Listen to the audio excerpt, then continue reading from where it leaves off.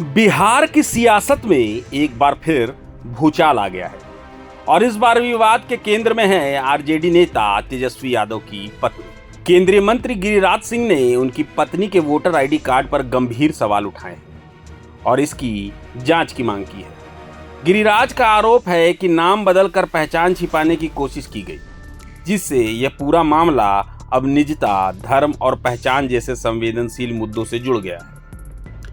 केंद्रीय मंत्री गिरिराज सिंह ने तेजस्वी यादव पर सीधा निशाना साधते हुए कहा, तेजस्वी यादव खुद को समाजवादी कहते हैं, लेकिन ये कैसा पाखंड है। उन्होंने अपनी पत्नी का नाम क्यों बदला? अगर वो ईसाई थी तो इसमें समस्या क्या थी? नाम बदलकर पहचान क्यों छुपाई गई? मैं मांग करता हूं कि तेजस्वी यादव की पत्नी का नाम जो वोटर लिस्ट में है उसकी जांच होनी चाहिए। वो मतदाता कैसे बनी? क्या उनका वोटर आईडी नागरिकता प्रमाण पत्र के आधार पर बना है? गिरिराज सिंह के इन आरोपों पर तेजस्वी यादव ने भी तीखा पलटवार किया है। वोटर आईडी विवाद के बीच चुनाव आयोग से मुलाकात के बाद तेजस्वी यादव काफी गुस्से में नजर आए। उन्होंने इसे अपने परिवार को बदनाम करने की एक राजनीतिक साजिश करार दिया। उन्होंने कहा, जिस तरह मेरी पत्नी की नागरिकता और पहचान पर सवाल उठाए जा रहे हैं, लगता है आने वाले समय में उन्हें वोट डालने के अधिकार से भी वंचित कर दिया जाएगा। कुछ ताकतें जानबूझकर हमारे परिवार को निशाना बना रही हैं। इस विवाद के अलावा केंद्रीय मंत्री गिरिराज सिंह ने देश में घुसपैठियों के मुद्दे पर भी एक बड़ा बयान दिया।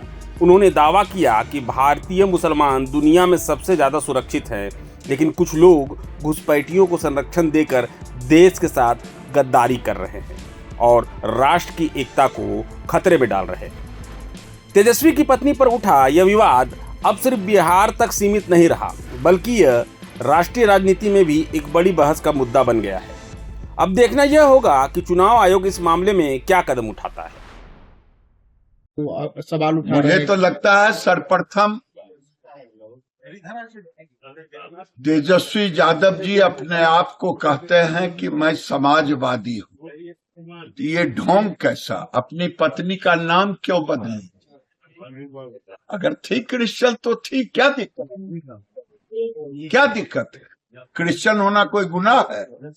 लेकिन नाम बदलने से, इसीलिए मैं कहता हूँ तेजस्वी यादव जी की पत्नी का ही वोटर लिस्ट की जांच होनी चाहिए। वो किस तरह से वोटर बनी?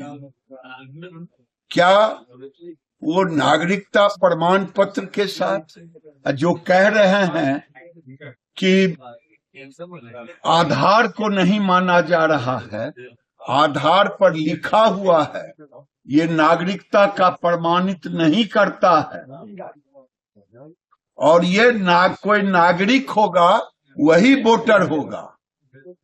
आखिर डर किसको है? क्या घुसपैठिए को भारत का नागरिक होना चाहिए? मैं पूछना चाहता हूं विपक्ष से, क्या रोहिंग्या को होना चाहिए? काहे डर है?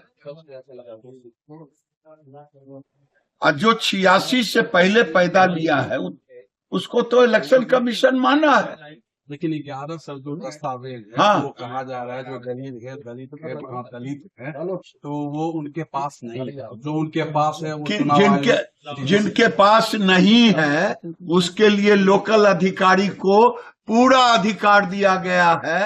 इलेक्शन कमीशन के संविधान के तहत आप नागरिक कोई भी जाता है आवासीय प्रमाण पत्र लेने के लिए। हमारे पास तो रोज आते हैं पीएम का मदद लेने के लिए।